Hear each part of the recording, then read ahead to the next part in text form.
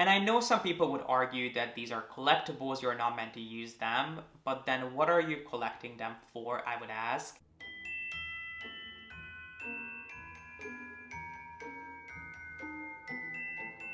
Hey guys, my name is G.P.S. and welcome back to my channel. A couple of days ago I talked about a bag called the Double Suns from Hermes, which is a piece that I have loved for years and years, but I have never been able to bring myself to purchase it because quite frankly I just don't think that the bag is worth the money that they're asking for it. And it got me thinking about all the other pieces that I liked throughout the years, but could never justify buying because I wasn't happy with the overall design, the quality, or in some cases just the brand itself.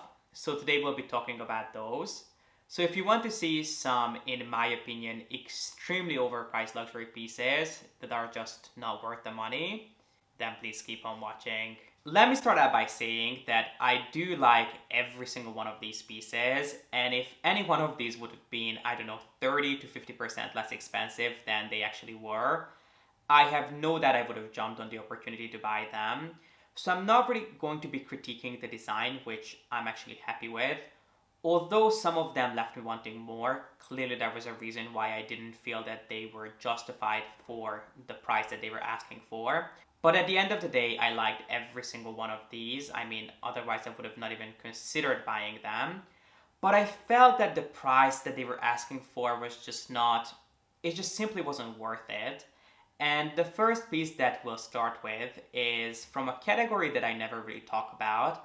And that's because I don't feel I'm an expert on the topic, but it is a beautiful timepiece from the brand Harry Winston. And they are a brand that I actually quite like. If you ask me for my favorite fine jewelry designers, Hermes would have to be number one. Probably number two would be Cartier, and then Harry Winston would have to be the third. I don't have a huge Winston collection by any means. I've probably purchased a couple, maybe a handful of pieces from them over the years. We got our band from Harry Winston, and then I think I purchased maybe a pendant from them at one point, but that's pretty much it. However, I always stop by their boutiques when I'm in Miami because their store in the Bal Harbour Mall is just phenomenal. I mean, if you want to learn about good customer service, that's the store for you to go to because the customer service there is top notch. Every single person working in that boutique is just they just go above and beyond to please their customers. And they actually have two stores in Miami now that I think about it. They have one in Bal Harbour and then they have one in the Design District, which I'll be sure to talk about in my Miami shopping guide. But every time I stop by the Bal Harbour boutiques, just for a browse or just for a chat because the people working there are so kind, I like to stop by and just see what's new from the brand. They always ask me if I would be interested in seeing their timepieces, and I usually say no because I'm not a big watch person. I usually say it's because I don't like anything around my wrists, but what I actually learned is that I don't mind wearing anything on my right wrist. I have a problem having something heavier on my left wrist, which I think is because I broke my hand when I was younger, and I just hate the feeling of anything sort of suffocating my hand. So I usually just have a little red bracelet here, but that's pretty much it. So I think that might be the reason, the root of the fact that I never really got into timepieces. But long story short, one time when I was at Harry Winston, I was offered this watch. They asked me if I would be interested in looking at it. And I believe it was from their so-called Premier collection, which was one of the very first lines or collections that Harry Winston has ever launched when it came to timepieces. And I think you'd be perfectly in the right if you ask me why I was looking at this watch, considering that it's so not my style. It's way too flashy, it's way too colorful and ornate, considering how simplistic my style usually is. But that's exactly what I liked about it. I loved how it almost looked like a fine jewelry piece or a piece of art that you can put on your wrist. It was definitely not a watch that I would have just thrown on and would have gone on my way. It's definitely a more unique piece that I would have worn from time to time, just really an appreciation for the artistry that Harry Winston represents. But that's the very reason why I couldn't justify purchasing this piece, because I would have bought this as a bracelet, but I would have had to pay the price of a timepiece, which just didn't add up. I'm not someone who knows much about like watchmaking and the mechanisms that they use. I really appreciate if someone does, but it's just not really my cup of tea. So even though I'm not an expert on watches and you might think this is a good investment, I personally didn't feel like it, and let me tell you why. Harry Winston is owned by a company called Swatch. Yes, you heard that right, Swatch, the brand that was really popular in the 90s and they create those really inexpensive plastic watches. Harry Winston is owned by them, and I'm not quite sure how the company is divided, whether Swatch makes mechanisms for Harry Winston or Harry Winston makes their own. I'm not sure, I didn't go into that much detail. But as soon as I realized and I put one and two together, I just couldn't justify buying a timepiece for tens of thousands of dollars, especially a piece that I would have only worn occasionally and one that I would associate with Swatch. So that's really the main reason that I never ended up purchasing this. Obviously, if this watch was, I don't know, 50% less expensive, there would have been no questions asked because that would have been about the price of a nice fine jewelry bracelet piece. Let's move on to Chanel, and I could pretty much sit here and tell you that nothing from Chanel is worth the money at this point. I personally felt this way since probably the beginning of 2019, and then with all their price increases and price adjustments that took place in 2020, I mean, at this point, I couldn't justify buying pretty much anything from Chanel. I actually made an appointment with them earlier this month, or maybe was it last month, not too long ago, just to go for a browse and see if there's anything I need to pick up from them for Christmas. And I was truly shocked by the quality, the prices, how boring their selection was. So if you guys would want to see a video from me talking about Chanel and my plans moving forward with Chanel, I'd be happy to do so, but long story short, it's not one that I'll be buying from the boutique moving forward. So anything from Chanel is pretty much something that I could talk about in this video. But two bags that I wanted to talk about, which I looked at extensively, well, technically three, but the second one belongs to the same category. Let's start with one that is, I don't think it's a bag that many people talk about, which I don't really understand. There are certain bags from Chanel that are really popular and people always rave about. The wallet on chain being one of them, always in the classic flap, in the smaller size, some of their SLG pieces. But one bag I never hear people talking about, even though I think it's so much more elegant than any of the previous ones, is the 255 or 2.55 in the smallest size, which I believe is the original Chanel bag. And this piece I looked at several times in the smallest size because over the years, I would say I've purchased a handful of Chanel bags, most of which I sold when we were moving and I was putting things in storage.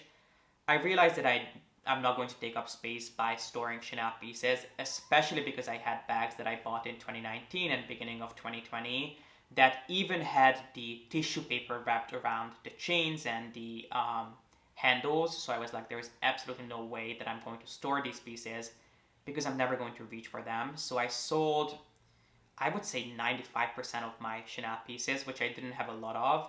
I think I may have two bags left from Chanel at this point. I think two. And I really have no plans to buy any more, to be honest. But this was a piece that I kept looking at because I was looking for more of a casual bag from Chanel, which is not one that I have found yet. Mainly because most of their bags feature some sort of chain, and I can put up with a little bit of chain, but not with too much. I think it becomes a little bit too ladylike for my liking at one point. But this piece, the Chanel 2.55 in the smallest size, I felt was perfect. The chain was not a traditional Chanel chain with the leather sort of woven into the chain. It had a sort of heavier, old school, very interesting chain design to it. It was also more mattified. The bag itself was made of aged calf skin, which gave it this really nice sort of squishy, soft and lived-in look, which I personally really appreciated. And then it didn't really feature any heavy Chanel branding. Obviously, if you're a Chanel lover, you will know what it is, but it didn't feature the double CC, which most people prefer, I assume. And it was a nice bag. I tried it on, it felt really, really comfortable because I find with Chanel bags, the smaller the bag, the longer the chain, which is definitely something that I need. I don't want a tiny little chain to have a bag that ends up here. With some Hermes bags, I can pull that off, but with Chanel, definitely not. So I wanted a bag with a chain that was longer, that was more comfortable. I can throw it crossbody and be on my way. And I felt like that this would have been the perfect bag, but as soon as I heard the price, I put it right back on the shelf because the initial bag that I looked at was in black aged calfskin with that sort of vintagey gold chain, that aged gold chain. And that at the time when I first looked at it was around $3,500, which in my opinion was ridiculous. I was expecting to pay maybe $2,000 for its top. Definitely not any more than that, which might be just my bad because I'm not extremely knowledgeable when it comes to Chanel prices. But for $3,500, it was an absolute no-go for me. And then the next two bags that is more like a family of bags from Chanel rather than just a singular piece is any of the sort of collectible plastic runway bags from Chanel, which I definitely do not think are worth the money. But there were two in particular that I was looking at, and I was, I don't know what Chanel calls them. Do they call it a waiting list or a wish list when you go into Chanel and you're interested in a bag? They would put your name and your phone number down and they give you a call whenever it comes in. So that happened with both of these bags. And the first one was from the Paris Hamburg shipping collection.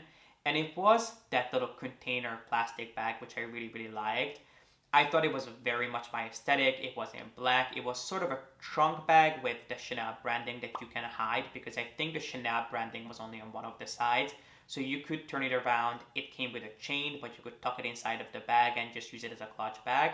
And I absolutely loved the look of the bag, but it was $12,000 retail, which just completely blew my mind.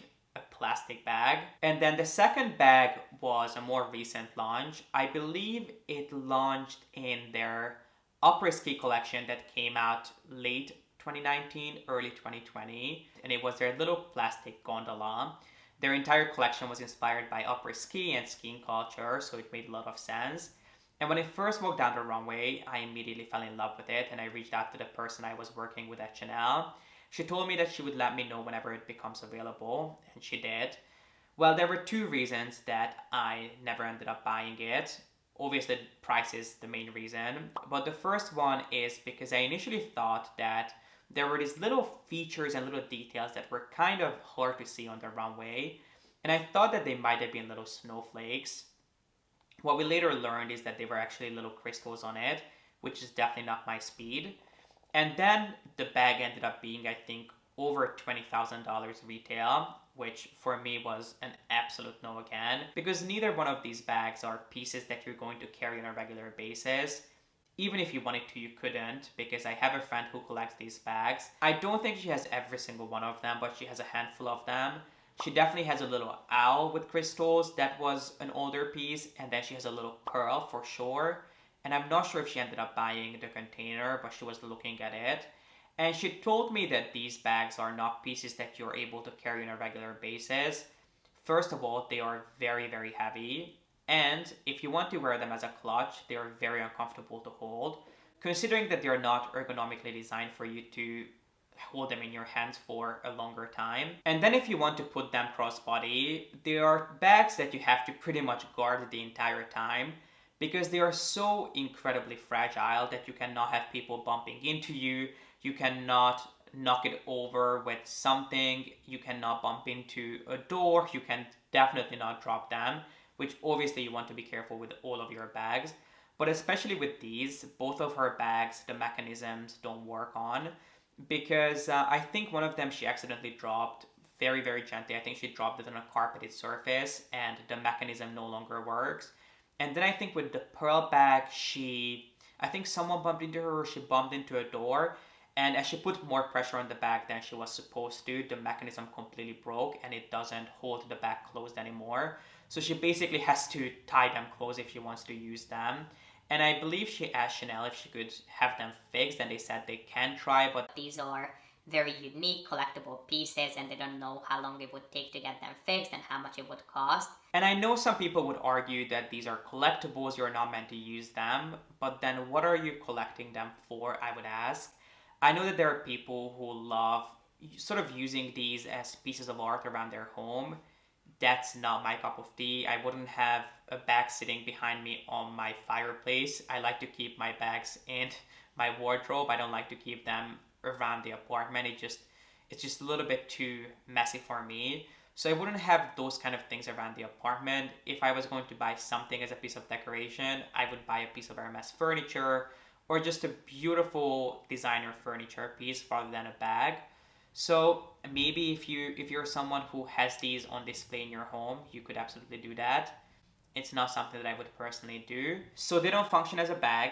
They are not good enough quality that they would last you a long time.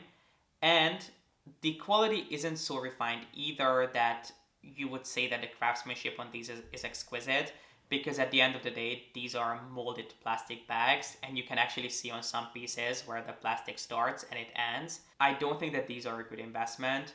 Not to mention that some people I know would say that, oh, these are investment pieces and you can sell them later on. That might have been the case when they first started coming out with these plastic bags, but now everyone knows that they come out with these bags season after season, and they usually have so much of these left over after each season that you can pick them up for pretty much years directly from the boutique. So at this point, they don't even have too much resale value to them either, unless you make it a long-term investment. You buy them and then you sell them as an entire collection, I don't know, in 30 years. Maybe, who knows, maybe that would work. But for the current molded plastic quality, definitely a no from me. And last but not least, let's quickly move on to two more bags from Hermes, one of which I actually have, and it's not a bag that I ever reach for. I have an entire video on my Rolly bag, which I have linked up here. That would definitely have to be a bag that, in my opinion, is extremely overpriced for what you get. I don't want to go into too much detail because in case you've seen that video, I don't want to repeat myself. I go into a ton of details in that video, but it's not really one that in my opinion lives up to the extremely high price tag. It's rather simple, especially when you look at the closure mechanism compared to other Hermes bags. So it's not one that I would recommend, even though I think it's going to be quite an unpopular opinion, because I know for a fact that many of you out there absolutely love the Rolly bag and you prefer it over the Constance and other crossbody bags from Hermes. I cannot agree, unfortunately. I see the appeal, but the overall shape and the construction and for what you get, I think that bag should be at least 30% less expensive than what it actually is. Some people would say that's the case with all Hermes bags. And then the second Hermes bag is one that I couldn't even tell you, even if I wanted to, how many times I've looked at this over the years, and I could never bring myself to buy it, which is the Jypsiere shoulder bag. This is a bag that launched a good, I think, over 10 years ago at this point from Hermes. It was launched by Jean-Paul Gaultier, and he was inspired by traditional hunting bags, those hunter pouches that people used to wear back in the day. And obviously, he took inspiration from the original HAC and the Birkin when it comes to the closure mechanism. But even though it's a bag that is absolutely phenomenal, it comes in a couple of different sizes. So 28 is my favorite, which is the smallest one, but it comes in 4 different sizes altogether. 28 is the one that I kept looking at because this is the perfect understated, sort of bohemian on-the-go bag. It's casual, it's effortless, you can throw it over one shoulder. It goes on extremely comfortably because the shoulder strap is adjustable. And it also has this sort of padded detail, which makes it just an absolute dream to wear.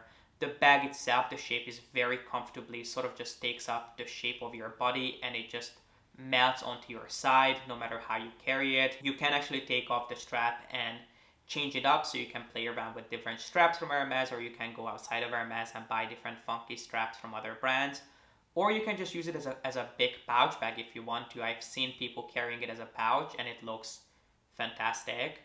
Now, the reason why I've never really purchased this bag, which in my opinion is just the perfect on-the-go casual effortless bag, was just the right amount of embellishment with that twist closure, is because of the price. This bag, the 28 at this point, is nearly $9,000. I think it's $8,800 for Clemence. It usually comes in Clemence, and I think sometimes you can pick it up in Swift, but mainly it comes in grained leathers, so Clemence, which is a leather that is going to take your shape up really, really nicely, and it's not going to crease and crack if you wear it, somewhere where it's not a flat surface. So it usually comes in Clemence, and you can expect to pay about $8,800, $8,900 depending on the leather for the 28 size. And then you can also buy it in exotic leathers, although I have not seen that in quite a while, but at one point you could. And I just never felt justified for the price. I think this is a bag that you have to pick up secondhand if you're going to buy it, because this is not a piece that has too much of a resale value. You could probably pick this up for, I think, 50 to 60% off if you find a great deal pre-loved. I'll definitely have a look and see if I can find any and link them down below. But it's just really not a bag that I would recommend that you buy from the boutique. Even though it's incredible and I love the shape, I love the minimalist approach to sort of this casual crossbody bag, and just how perfectly balanced it is. It just has, as I mentioned, just the right amount of chic Hermes touch, and then the rest of the bag is very simple. The way it opens makes it really secure, comfortable, and casual. And I definitely don't have any issues with the overall design. If anything, I appreciate it from the far, and I'm a big advocate for this bag. But unfortunately, I don't think that it lives up to the really, really high price tag. I understand all the work and all the construction and all the leather that goes into this bag, but for $9,000, it is just a little bit insane. And I actually wish that they had a smaller size in the Jypsiere. I think a size 20 would be absolutely everything. I think it would probably be one of the most successful launches that Hermes has ever seen. So who knows, maybe that's next, considering that they're pretty much shrinking everything that they possibly can. But yeah, I'm a big fan of the Jypsiere, but it's not one that I see myself going into the boutique and paying retail for. But it's still a bag that I appreciate.